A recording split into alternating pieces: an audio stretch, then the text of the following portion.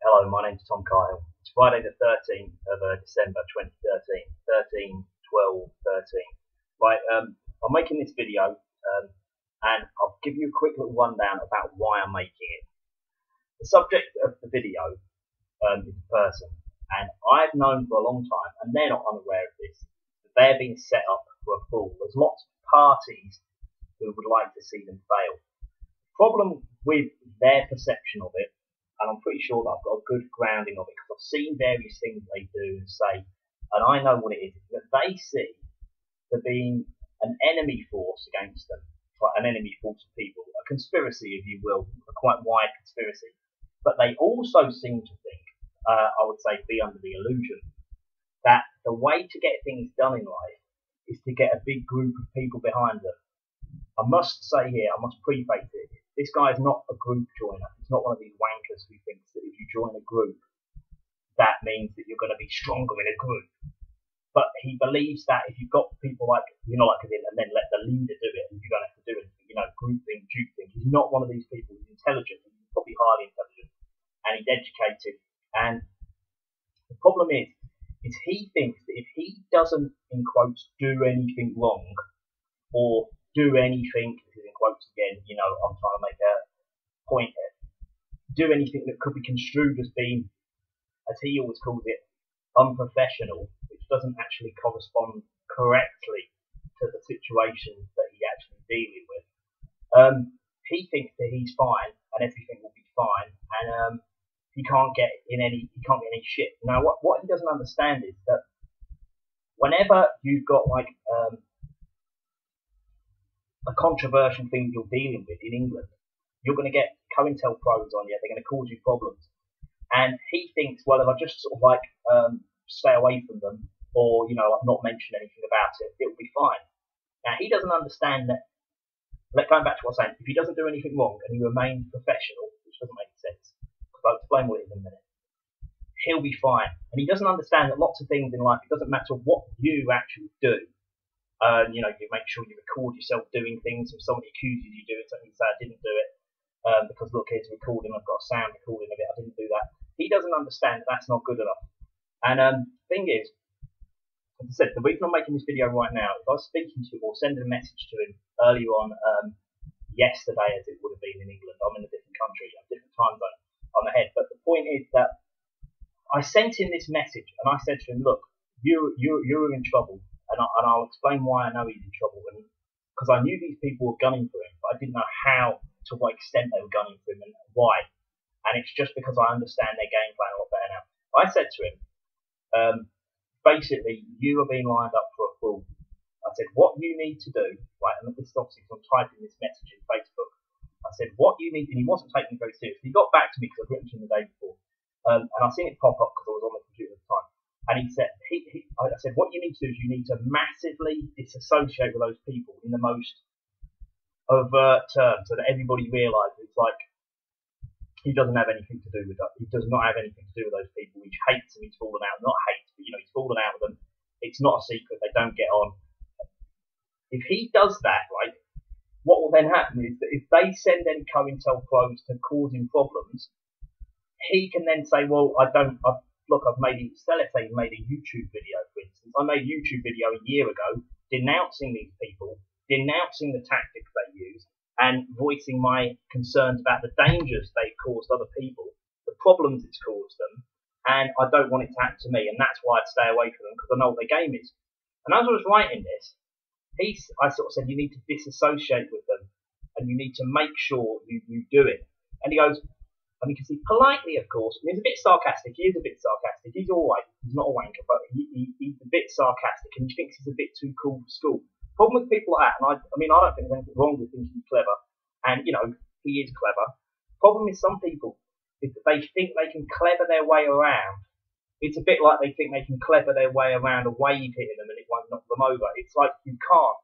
If you are standing there and that wave's there and you haven't moved out of the way, it can knock you over like it's a big wave. This is the thing he doesn't understand. And the problem is, and this is how I've come to this conclusion, is that I've seen the way Brian Gerrish, Roger Hayes, and the UK column have behaved in the past, right? And I've seen how, I know Roger Haley's been pulled, his strings being pulled by Brian Gerrish. Possibly there's other parties involved that I don't know about. That's totally possible. I don't know. But definitely Brian Gerrish's tactic of getting people to go up to a court in Birkenhead, right, that was deliberately agitated to get those people in trouble. Not only to get them in trouble, it was to use that as a pretext to put more security in courts, or basically reduce the visibility of the court system. Because in England, one thing you got to say about the court system, you could just walk in. I mean, a while ago, I was walking past the magistrate's court. I wanted to go to the toilet, so I just walked in. I had to go through a scanner. It took about 30 extra seconds. Went and used the toilet. Now, there wasn't any toilets about. It's very convenient. Now, I'm just using that as an analogy. It was so easy to get in there. You would go in there to use the toilet. Now, I'd never thought of doing this before. It just happened to be walking past one. I was quite desperate to go. The point is, that will all go out the window. And all these concerns about wanting to keep an eye on justice being done and all that bollocks, right, will all go out of the window. You won't be able to go into courtrooms. They'll have to pay loads for security. It will be a major, major change in the country if that agenda goes in. Now, say, for instance, Brian Gerrish's involvement with the Holly Gregg case, right? Now, obviously, it doesn't matter whether Holly Gregg got raped or not. Frankly, it doesn't matter. That's not why he was interested.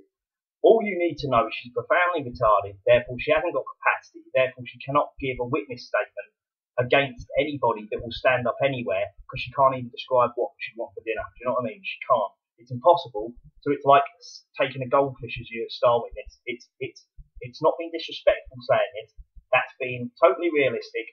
And anyone who backs that concept up, when you know there's loads of people get abused in the country, why would you find like one of the most retarded people in the country you can find to start accusing like half the fucking establishment in Scotland? Absolutely ridiculous. That's a very obvious sign it's a CoIntelPro. For a while, because they were making such a fuss over it, I thought, well, there must be something in it. And they were going on about the guy getting killed in the car and all this bullshit, and that all turned out that probably wasn't actually as they said it was.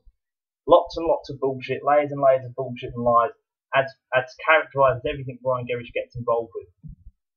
The point is, what I think they were trying to do with the Holly Gregg case on a deeper level, not to just get a few people in trouble like that, Philip Green, and to make people look like basically hobbyists who just believe any old nonsense and then go round to court and cause a big hoo-ha. What it was is he wanted to cause a violent confrontation somewhere, right? And he wanted to get people to go into the Holly Gregg case and be like, what? They're not allowing this evidence, they're not doing that, and they'd be all shouting and making a big fuss. And if he just kept continuing the way he was, he could have got lots more people in trouble. The two things would have been linked. The next thing you know, people who like are concerned about government corruption would quite rightfully be put into a camp of these kind of like subversive terrorists. If you use someone like the specialist in the area, somebody I know quite well, Timothy Lawson Cruttenden, the very devious, evil lawyer, head of the Harrovian Law Society. He wrote the harassment legislation and stuff like that, and the stalking legislation. But if he got hold of that, those lot they'd be rotting in prison. Like I'll tell you, it's a big deal. Now the thing is, as I said, I at one time went to one of the court things that I call it court thing that Michael Doherty was involved with. What it was, he was going to a magistrate's court in Uxbridge about a year ago, 18 months ago, and he was going to lay information on a magistrate. He made an appointment, and they said, right, come in. Now, this was not a court hearing. This was not a court hearing. This was an administrative process, like a secretarial process. He's handing the evidence in. There was a judge sitting as a magistrate, and she said, right, come into this room. She said, look, it's not a courtroom. They can't all come in. It's just like my office. You come in to tell, I don't want loads and loads of people in. And I think she also said something about, I don't want people filming. You're not meant to film. You can get in trouble for filming in a court if you're not allowed. And we don't encourage it. And if you've got all these people in, I think there's a likelihood that they might film it, something like that. At the end of the day, there's nothing wrong with saying that she didn't want loads and loads of people in a room. And also, a lot of these people are complete raving lunatics, right? And they'd be going on about standing on the chairs, saying, arrest the judge, are you on your oath? Like, I'm a free man. It's legal and lawful. All that hilarious stuff. Now, I can tell you, it was quite a funny experience, because what happened was, these people, by the way, there's not one type, but there's a collective weakness amongst them. They've all got this same weakness in their character, which is that they can easily be tricked. And what happened, when I was going up to the court, Michael, I think he was walking as well, and he'd been on the train. So he was walking, I think it's the underground station. No, I forget anyway. I was walking, it was raining. You know, you get that thing when you're raining, you're not paying too much attention, trying to find out where am I going, you sort of darting from one place to the other to stay out of the rain. I had to walk through a high street, remember, and then it was sort of after the high street. And the thing is that when I arrived at the court, a few of the people there, I sort of said to them, so what were you here for then? And they said, oh, this thing with Michael. And I was like, oh, right, what's he doing exactly? Now I knew what he was doing, but I would just say this, and I wasn't saying it to be sneaky, I was just trying to find out.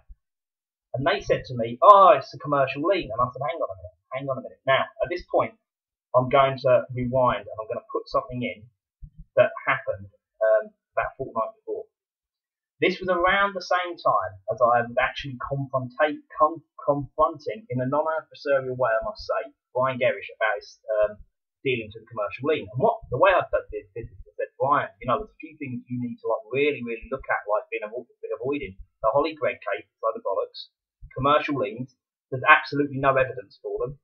And the next thing, he got back to me and said, yeah, there is. There's a guy called Mike and he's doing one, and this is the story I'd heard about a year before of Mike, who's the editor of the UK column. Not saying he'd done it, but this guy called Mike Dobinson, Dobinson. Mike Dobinson had been doing them, right? And he put one on a police superintendent or something. I forget the police rank, but it wasn't on a constable or a sergeant, it was higher than that. And it wasn't like a chief commissioner or anything. So it was quite high, but not quite the top. And he was very vague about it, and he couldn't remember what court it had been in and all this. And he said that he'd given me this cock and bull story, which obviously all lies when I look back at it. It wasn't just an accident. But the point was, this guy said, oh yeah, it's this guy called Michael so-and-so or something. And I said to him, look, Brian, Mike, you told me before it was Michael Dobinson. Like, who is it? And they go, Michael Doherty. And I was like, oh right, well, I can tell you for a fact he isn't, because he's told me in the past that he's very dubious about this commercial lien stuff, and he's definitely putting a private criminal prosecution on somebody. He's definitely not done one of those, because he would have told me about it. I've asked him numerous times, where are they coming from with this stuff? And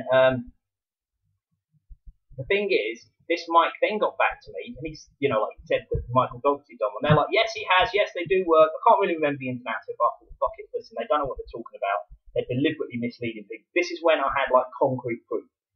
But the point is, I told them, well, I'm going to be going to see Michael in the next couple of weeks. So, I think you're very unwise to like leave that remark that it's him who you're hinging all this bullshit on, because I'm going to be seeing him. I know him.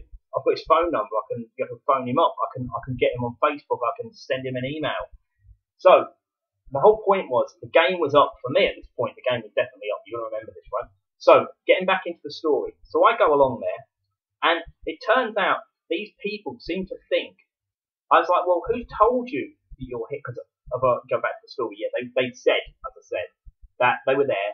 They kept saying something to do with the commercial lien. They're very vague.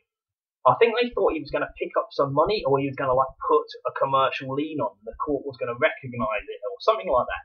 They thought something like to do with them eventually getting millions and millions of pounds of the commercial lien was just around the corner. That's what they all thought, right? Or maybe that's a bit unkind, because some of them I think generally thought the commercial lien process is a good way of kicking people's ass, getting them to do the right thing. Generally, some people do think that, but a lot of them, that's not what it's about. They think they're just so cool, too cool for school, and that's why they never got any GCSEs. And this is the thing. Not wanting to be unkind, but this is the type of person, right? And you think, well, hang on a minute, right? Well, if you're so clever, right?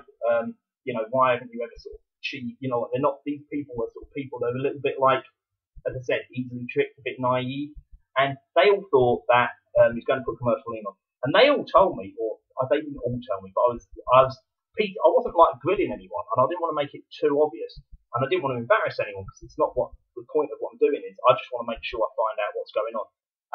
And they basically said that the UK column had told them to, that something was going on, and it's a commercial lien. So they've gone down there to the commercial lien. Right now, when there was a very amusing incident. When Michael was in, he went in, I don't know what his name was, it's this black guy, and him went in, and they went in to speak to this judge, who was sitting as a magistrate. And when they went in there, there was another lady outside there, and about a couple of men wandering about, and we were all waiting outside because they didn't want it to go in. And they were all thinking that there was going to be some kind of big confrontation because the police weren't going to let him put his commercial lien on or something. And anyway, so Michael just goes, no, don't worry, because we were all waiting for there to be some kind of weird confrontation. That was the other thing. Not confrontation like a violent confrontation, but they'd be like trying to chuck him out, or they'd be trying to say, look, you've got to leave when they call the police. Something like that. We thought there might be something like that. And that was the reason I went. I thought that you needed a witness. But the point was, there was nothing like that happening. And they sort of, fobbed Michael off about 15 minutes or half an hour, and then they said, and he was getting quite like, come on, look, you said to come down here now, I need to see someone, and there's people around. The point is, all the other people were outside, including me, and I was just sat down, and there was this lady that said, she goes, oh, what are you lot here for? What's going on in that room? Because I need to go and see that judge. I was just wondering what's going on. She's very polite, very friendly. I think she was Scottish, I'm not sure, but anyway. And the thing is, these lot start piping up. They go, he's doing a commercial link. She goes, what's one of those? I've never heard of one of them. I don't think he is. and she wasn't being rude. She was being very polite, very accommodating. She was quite interested. And this is the thing. It went from interest to absolute fascination. Like, she was absolutely fascinated. Because they start going, do you know the difference between legal and lawful? And she goes, what is it? And they're like, you don't know the law. You don't know the law. You need an education in the law. And it's just like, and another one would butt in and they'd say something like, I'm a free man on the land. And she goes, oh, good, that's good. Yeah, so what does that mean then? And they go, you don't even know. And they'd be going on about all this stuff. And this woman's just like, she wasn't being sarcastic. She was just flabbergasted. Like, she was flabbergasted. She was bemused. She thought it was great. But she wasn't being nasty. She wasn't. She was like about middle-aged, I think. She was just like, and if you've ever seen it, it was just quite amusing. I was there just sort of like, not shaking my head, just like, you just couldn't help it. You're just like, my fucking God, these people are fucking mad. Like, they're going on about all this bollocks, right? They're telling her that there's a commercial lien going on. And she's thinking, well, if they're saying it's a commercial lien, then there must be something called, very fucking strange. She just didn't know what was going on. And then they're going, you don't know about the law. You want to go and get an education. She said, well, I'm a lawyer. I'm a lawyer. I've been doing it for 20 years. I think I know a little bit about it. And they go, no, you know nothing. That's what you think you know. You don't know. And it's just like really, really funny. And one of these guys, right, when I was getting the train back after it was all over, he was telling me on the train that he said, oh yeah, basically as a money-free system, I'm involved with this money-free system. It wasn't Roger Hayes' bullshit money-free system. It possibly might be something coming from there, but it wasn't the sort of the lawful bank. And basically what he'd been doing is he'd been like, I said, so what have you been in for money? He goes, no, I don't need money. I think he might have sold his house, or he wasn't renting anymore, and he didn't have any property or something like that.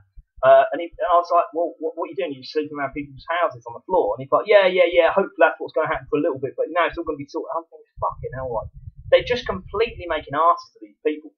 And you see, these aren't stupid people. They're not like that. It's not like that. What it is they're naive, and they're actually under a sort of form of kind of brainwashing. They've basically been brainwashed.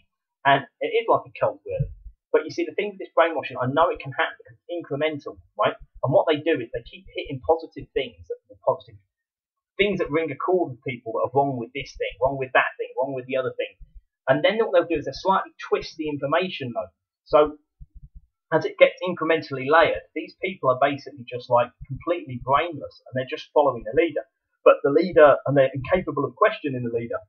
It's a very interesting, kind of like case study of how it works. Because as I said, with the commercial lien thing, I'll freely admit, when I first heard about it, I thought, well, they wouldn't be talking about it if it wasn't working, would they? Why? Because they're talking, all the other stuff makes sense. And once you've made that initial decision, but it never made sense to me, because I was going to do one on somebody, right? And I was never going to actually do it, without actually understanding the full thing. I just wasn't going to do it. It was like zero chance. But I was just waiting. I was wanting to do it. And I'd done lots of work behind the background of what I was trying, the points I was trying to make and stuff. But I just didn't do it. Thank God I didn't. But then again, I was never going to do it because, as I said, I wouldn't do it unless I knew exactly what I was going to do. I wasn't going to waste time. I'd already wasted loads of time, I've got to admit. You see, the thing is, so it can work on anyone. I mean, I'm probably, most people think at the very least, quite bright. So, you know, if I think that it's possible to be tricked, other people have told me that if you're bright, it's actually easier to be tricked because you start rationalising it. You don't just think that sounds like bollocks and just so like stupid people, they don't have any truck with good these trick ideas, and apparently they're also hard to sell things to because they just go. They'll just walk into a showroom. They won't feel any empathy for the man in the showroom. They just walk off, and like halfway through one of their bits spiel. Whereas a more intelligent person won't be able to do that as easy. So there's quite a lot of interesting psychology in play. Now this is the thing, right? With the Michael Doherty case, what I think is going to happen, right, is there's going to be a situation, and I don't think, as I said, I think using the kind of Saul Alinsky kind of like social agitator type tactics, Brian won't have a set plan. He'll just do it whenever he can, and he'll put things in place that it can happen as soon as possible. But he won't have a time limit. What he'll do is there'll be a situation where Michael Doherty will be getting somewhere in one of his cases that are just dragging on forever. And you see, what I think he's done is I'll get back to what I think he's going to do. What's happened to Michael is that they will have done a psychological profile of him. Now, I know at one time in the past, somebody who I know said to me, I talked to Michael Doherty about you. He said that you're trying to split the movement. Now, this was probably about a year ago that he said this. Now, Michael and me have spoken since then. Like, me and Michael have never fallen out. I think he's got a little bit annoyed with me because he thinks I'm a bit of a loose cannon. He thinks I might do things that mean that he loses control and might be linked to something which is unprofessional, as he calls it. Absolutely ridiculous. If you're taking someone police to court for, like, victimising you and kidnapping you, yeah, there's no profession. You're not a professional kidnappee. It makes no sense. However, right, and I'm a big stickler on language, he hasn't got a word that he can use other than professional. And the reason Michael uses that word, he means things like wearing a suit and all that stuff, which is all absolutely exactly what you should do. Because in England, you're a lot less likely to get arrested if you're wearing a suit. I can absolutely guarantee you it's very, very much harder to arrest someone with a suit. Police are hardwired not to do it. So it's lots of the things he's doing. Don't confuse what I'm saying with criticising his general approach. I think his general approach is very good. But the thing is, it's got stagnant, and they can see him coming. And when you're dealing with very snidey people, and lots of them, not all of them are very snidey. Some of them are very low-level idiots. But the whole point is, he's putting himself in a position where it's getting so boring that if something interesting doesn't happen soon, he'll be like 50 odd before anything's happened, and people, they'll throw one copper or two copper off the bus. So what? The wider system they don't give two hoots about them. They'll throw a couple of them off the bus, and no one will. It'll be just like, well, what was that really worth spending all those years and years and years? You kept getting fobbed off. You just go, I'm getting progress. He's just getting absolutely nowhere, and he's losing. He'll eventually get to this point where he'll have like compassion fatigue. No one will be bothered about it anymore because it's just like, fucking hell, Michael, that just took way too. Yeah, they fobbed you off, but you didn't do anything about it. And this is the problem, right? What I think is going to happen is that Brian has been studying his weakness, and his weakness is this one thing, right? He thinks that he can control everything. Like I've said, he doesn't understand that if a big wave is next to you and it crashes on you, it's going to crash, it's knock you over, right? He thinks that if he sort of like washes under his armpits, so to speak, it's not going to hit him, and it doesn't matter how big the wave is. He's not going to be involved with it. If the wave hits him, he is going to be involved with it. Whether he's been not saying fuck wankle bollocks, and be very, very careful to be very politically correct, and be very, very careful not to fall out with anybody. Now, I think that word professional that he uses, right, is a tell, because he's in kind of desperation not to say, I want to appear to be very establishment, because he's trying to be anti-establishment, because of course if he was going the establishment route, he would have just left it and dropped it, wouldn't he, when the police didn't do anything about looking into themselves. So when I was writing to him, well, it was basically for me, it was today, so it was like this morning, because it's just late at night, so it's like early the next morning. He wrote in his email, when I was writing some of these emails, I was writing a Facebook message. I said, you need to publicly, massively fall out with this people, because it will steal their thunder. If you've fallen out with them, and you've said, this Brian Gerrish is absolute trouble, he's an agitator, he tries to set people up, I said, you will steal his thunder. This thing you've got where you think if you stay friends with everybody, you'll be fine, is the most idiotic thing going. It's a major, major, major weakness. I also said to him, look, I know you don't like my tactics of doing things. because my tactics, and I'll go back to the word tact. I believe tact is a range, but if somebody's like behaving violently, being professional isn't going to help you, is it? So what you've got to remember is you've got a range from being very softly spoken, not raising your voice, being very, very, very, very, very to the letter, sending very formal letters, whatever, taking formal processes. But you've also got to mix it up with other things, because if you don't mix it up with other things, you're like a one-trick pony, and they can see you a mile away, and they can harm you off with anything. Now, I know he thinks that if he does anything that's slightly crazy off the wall, they'll just go, he's mad. The whole point is you can't throw a court case out because somebody did something a little bit weird, especially if they're under lots of pressure. And also, being a little bit weird isn't actually grounds to do that. So he isn't actually under the danger he perceives. And it's a major weakness, right? Because what he should do is he should majorly fall out with Brian Gerrish, Roger Hayes, and all these other CoIntelPro people, pro people. There's the one he mentioned, what's her name? Belinda McKenzie. You should fall out with her. And there's this woman called Sabine O'Neill who had stuff to do with very bad news. All these people are bad news. There's also an MP called John Hemming. I believe he's very bad news as well. He looks like bad news. I've seen him speak once. Very, very strange, unusual looking chap. You know, let's be discriminatory. Just, you know, kick him off the bus. He's not someone you want to have anything to do with. Obviously, you wouldn't fall out with him unless you've got a reason. But Brian Gerrish, Belinda McKenzie, all these sort of scumbags, you've got lots of reasons to fall out with them. They've done lots of evil stuff. So what he should do is he should, you know, really, really fall out with them very prominently, draw a line under it, and also get all his information that keeps going, I'm sitting on this, I'm going to write a book sort of thing. You're like, no, no, no. By the time you write this book, people are going to be so bored. It's like my fucking 25-year-old deal because some policeman arrested me when they shouldn't have done. It's just like, it just won't be, he's going to lose all the momentum. So, anyway, when I was writing this to him, you need to fall out with them, and you need to make it very public, and you need to dissociate with them because you'll steal their thunder. They will not be able to send CoIntelPros against you if you've made videos saying it's a complete cunt. Yeah, it's not going to be able to happen. He goes, politely, of course. I said, that was it. I said, you need to tell them, I said, and I quote, I think something like, you need to basically make it clear that you want them to fuck off. Tell them to fuck off in big capitals. You need to make sure you do it. And he goes, politely, of course, and you think he's sarcastic idiot, right? What he's doing is he wants to kind of like under the carpet fall out with them. But if you under the carpet fall out with them, no one knows about it. There's no point to it. You see, so what I think is going to happen with Michael, right? And it's not going to be anything he's going to be able to deal with.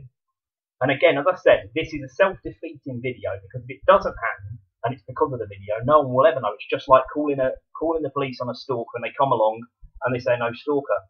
Well, you haven't been wrong, have you? Because the stalker's run away, but it might not have raped somebody. Do you see what I'm trying to say? You could have been planning to rape the woman next door. You don't know. So you've done the right thing. So it's a kind of self-defeating process, what I'm doing, in terms of people going, oh, he was wrong, he was wrong. I wasn't wrong. Do you see what I'm trying to say? It's a very real possibility. When you consider what they did in Birkenhead and what they were doing there, and you realise the level of it, and you realise the communist subversion agitation techniques, where you turn someone, you know, like you pick on a person to turn people against them, and you basically get them doing stupid things. When you realise how that works, I guarantee he is target number one. Like, he's been in the proper newspapers, he's got a proper story, there are police lined up to get in loads of trouble. This is the absolute ideal opportunity to do it, and I believe it's going to happen. And if he's stupid enough, and I do mean stupid, it's idiotic what he's doing, absolute idiotic idiocy, in not falling out with all those CoIntelPros very publicly, like I told Ian Puddick he should have done, and he didn't, because he thought it's better to get on with everybody, even if they're fucking absolute scum, and they're there to gun for you and, you know, have you sent to prison for years, right? He could end up in loads of trouble. He could end up getting sent to prison on terrorism charges. He could get sent, harassment charges could be upheld. They could say, well, in light of the new evidence, he's completely mental. He thinks, right, this is where it's so fucking obvious. He thinks because that court security officer recently, you know, said that he punched him and he got like a kind of an assault conviction against him when he clearly didn't. He's now focusing on that bullshit. Nobody in their right mind believes that story, right? That's not going to affect anything in his life, that criminal conviction, even if it stands, and I don't think it probably will. Doesn't matter. They put that in there as a confusion tactic. He's got confused by it. He's watching that and he thinks, oh, I swerved that one. Look at the obvious things they're going to do. Oh, they're desperate. They're desperate. They might be desperate. It's not and not everybody in that little clique, not all the coppers who are probably really worried, they're not the people at the top. They're not decision makers in this. But that Brian Gerrish and people like that, they have got him lined up, and they're going to cause him massive problems. If they get a load of people to turn up, like at that Birkenhead court case, right? Yeah. If they get a load of people to turn up at any of these things, and he hasn't said very clearly he doesn't want any of them there, or he doesn't want anyone there who's on a false, on a fool's errand, thinking they're there for commercial leave or some idiot reason like that. If they think, if he should have zero tolerance. As soon as he said, he hears someone saying, what? He was outside telling that lawyer that he'll just arrest the judge. If they, any of that maniacal stuff that they keep coming out with, yeah, if they say any of that stuff, they could fucking he could get fucking shot or anything. Loads of things happen. Now, you might think that's stupid and it's over the top. Consider this. Another thing which was never reported after the UK columns, Brian's CoIntel operation up there in Birkenhead, right? I've had it on good authority that he did organise it. Well, I don't need to have it on good authority because my brain tells me he organised it, because that fucking monkey Roger Hayes couldn't organise anything, could he? So who else has organised it, right? It's Brian or one of Brian, somebody coming from Brian's direction. So it might, it's Brian or Brian's boss, whatever. Point is, one of the things, and this was Brian's idea, was that all the people up there, right, who were going up there, would all carry a black umbrella. And therefore, they would all come from different directions, but they'd all wear black umbrellas. Now, at the time, I remember hearing something about this afterwards, and I thought, that's a clever idea. And now I look back at it, I think, hang on a minute. That was because at the time I thought, oh, well, that could be a positive move. I don't really understand what they were doing. I didn't really understand all the flaws in what they were doing. I didn't realise it was deliberately sabotaged, in that it wasn't an actual court case. It was just a sort of an announcement sort of thing. And it was not the court case. It wasn't even on the subject of a council tax. It was on the subject of bankruptcy after the guy had already been made bankrupt, I believe. Roger Hayes, that is. When you realise that, yeah, you think, what? Well, who cares? Why would they need to know who they are? If they're all going up there, they're all going to go into the court building. All they need to do is say, just like when, what I'm trying to say is, if Michael Doherty had said when he was going to lay evidence to the magistrate, let's bring the black umbrellas, he'd be like, what's the point? What's the need? There's no need. You just go in, you see him, he's out there 10 minutes before, boom, you don't need umbrellas, do you?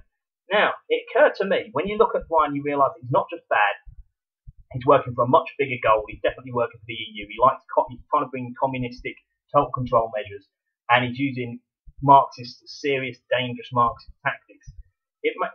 Serious and dangerous Marxist tactics.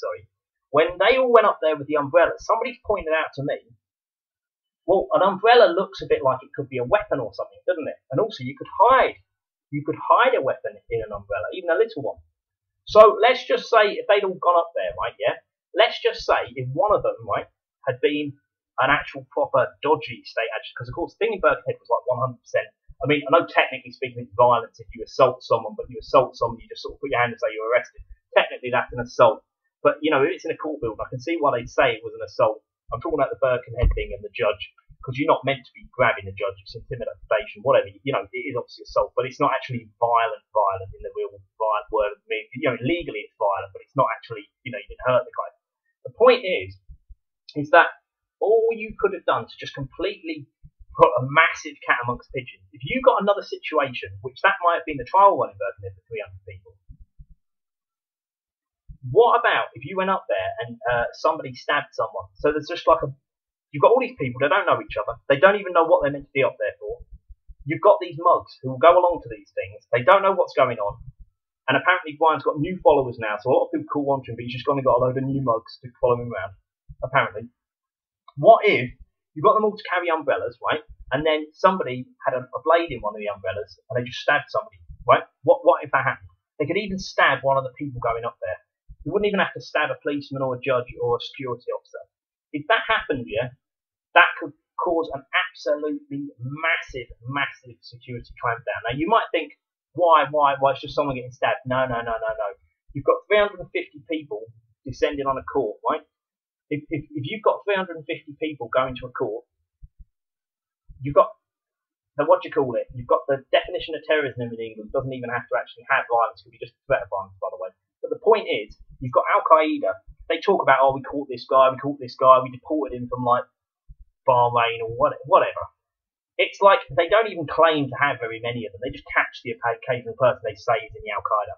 If you've got Al Qaeda, right, has never got 300 people to go up to a court and scare a judge, have they? I know they don't exist, but just suppose they did exist, right? They haven't. They haven't been. The government's never done anything crazy like that. Like actually set up something. Like they occasionally set people up, say they're Al Qaeda and they're not, or they're agents, or they're under some kind of weird brainwashing. They've been somehow conned into thinking they are.